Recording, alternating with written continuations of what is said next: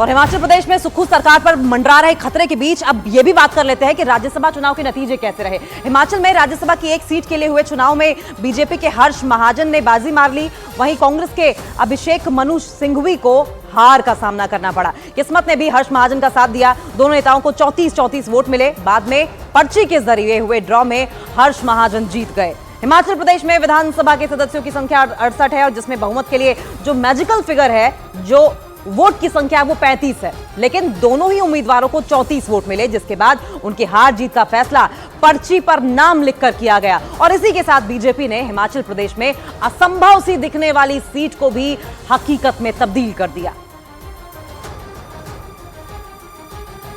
तो हिमाचल प्रदेश में हुए राज्यसभा चुनाव में कौन जीता और किसकी वजह से जीता, ये सब कुछ आपको ग्राफिक्स के आंकड़ों के जरिए समझाते हैं। आइए बताएंगे क्या कुछ चल रहा था और किस तरीके से ये जो हार थी बीजेपी की, लेकिन वो जीत में तब्दील हो गई। वोट प्रतिशत की अगर बात करें तो विधानसभा चुनाव में 25 वोट मिले थे बीजेपी को, हालांकि 6+ अगर निर्दलीयों की बात करें तो 34 हो गए। वहीं अगर कांग्रेस पार्टी की वोट की बात करें, अभिषेक मनु सिंघवी को उतारा गया था कांग्रेस पार्टी की ओर से, 40 वोट विधानसभा चुनाव में थे, लेकिन अब की बार इनके खाते से 6 वोट हुए हैं और इसीलिए ये आंकड़ा जो है वो टाई पर आ गया था, 34-34 का आ गया था, क्योंकि बीजेपी की अगर बात करें तो 25, 6 और 3 कुल मिलाकर 34 हो जाता है, यानी कि बीजेपी के खाते में बढ़त हुई है। कांग्रेस पार्टी से टूटकर जो विधायक थे वो बीजेपी में आ गए थे, इसीलिए टाई हुआ, फिर पर्ची निकाली गई और उसके बाद किस्मत का फैसला बीजेपी के हक में आया।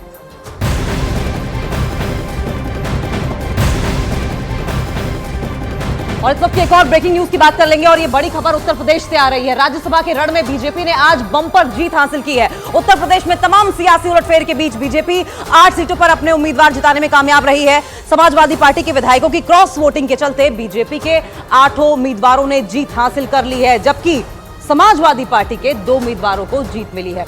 उसके तीसरे उम्मीदवार की बुरी तरीके से हार हुई है। तो बड़ी अपडेट इस बात की, और जिस तरीके से अखिलेश यादव के बयान भी सामने आ रहे थे, उन्हें शायद इस बात का अंदाजा था, उनके चेहरे पे वो हताशा थी कि हार संभव है, लेकिन उत्तर प्रदेश में बीजेपी के लिए बहुत बड़ी जीत के तौर पर देखा जा रहा है। और ये राज्यसभा चुनाव तो जाहिर तौर पर लोकसभा के लिटमस टेस्ट के तौर पर देखे जा रहे थे, और ऐसे में ये बहुत बड़ा मोरल बूस्टर बीजेपी के लिए रहने वाला है। 8 सीटों पर बाजीबाजी। और राज्यसभा चुनाव के नतीजों के बाद बीजेपी में जश्न का माहौल देखा जा रहा है। सीएम योगी ने चुनाव जीते उम्मीदवारों को मिठाई खिलाई, वहीं पार्टी दफ्तर के बाहर बीजेपी कार्यकर्ता जश्न मनाते हुए दिखाई दिए और नारेबाजी करते रहे।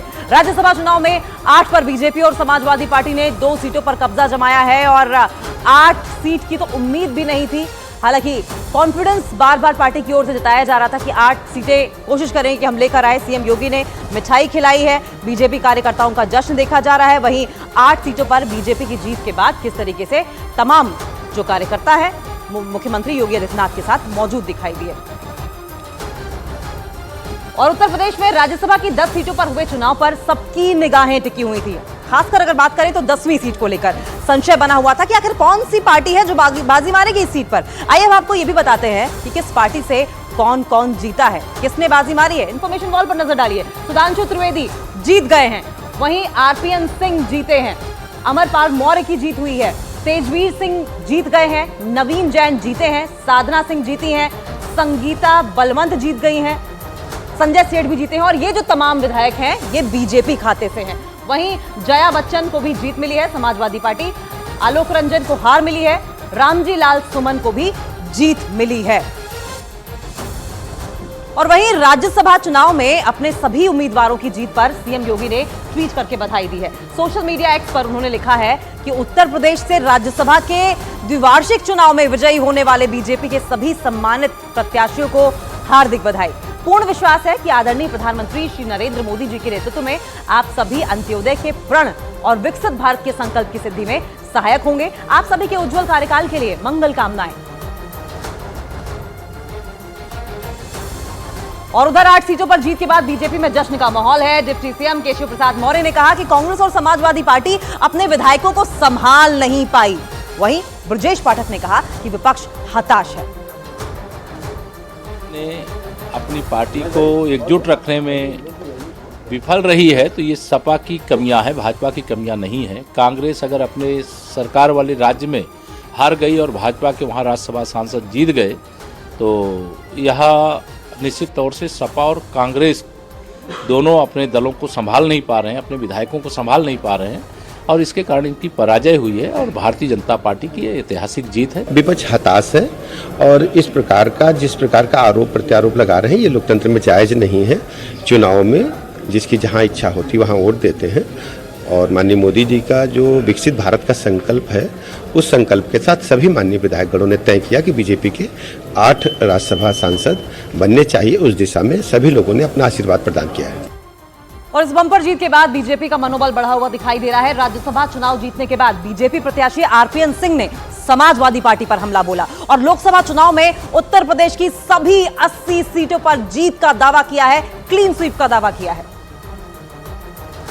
संकेत है कि लोकसभा के चुनाव में उत्तर प्रदेश 80 में से 80 सीट मोदी जी को तीसरे बार प्रधानमंत्री बनाने के लिए तैयार है। समाजवादी पार्टी के राज में उत्तर प्रदेश की जनता ने देखा है किस तरह डराया जाता था, धमकाया जाता था, जिस तरह का लूटपाट होती थी, भ्रष्टाचार होता था, जिस तरह की गुंडाई होती थी। अब इस राज्य में मोदी जी के हिंदुस्तान नए विकसित देश में और उत्तर प्रदेश के हमारे मुख्यमंत्री जी ने हर व्यक्ति सुरक्षित महसूस कर रहा है और पूरा देश विकसित होने के लिए तैयार है। ये हमें संकेत दे रहा है कि आने वाले लोकसभा चुनाव में हम 80 की 80 सीटें जीतेंगे। चुनाव के लिए कितनी बड़ी जीत मान नहीं है?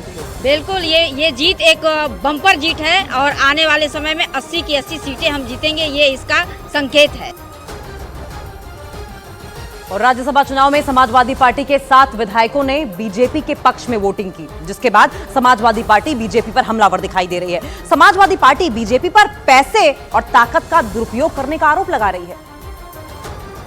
बेतहाशा धन इस चुनाव में बहाया और मैं समझता हूँ साम दाम दंड भेद, जो कुछ संभव हो सकता था उसका इस्तेमाल किया।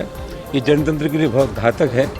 जिन लोगों को खरीदा गया हमारे पार्टी के साथ गद्दारी की, ऐसे लोगों के खिलाफ हम प्रभावी कार्रवाई कराएंगे। जिन पर मुकदमे हैं या जिनको लोकसभा टिकट दिया जा रहा है, तो जो धन बल और लालच में जो लोगों को लिया गया है वो लिया गया, उसमें क्या है, सबके सामने वो स्पष्ट है।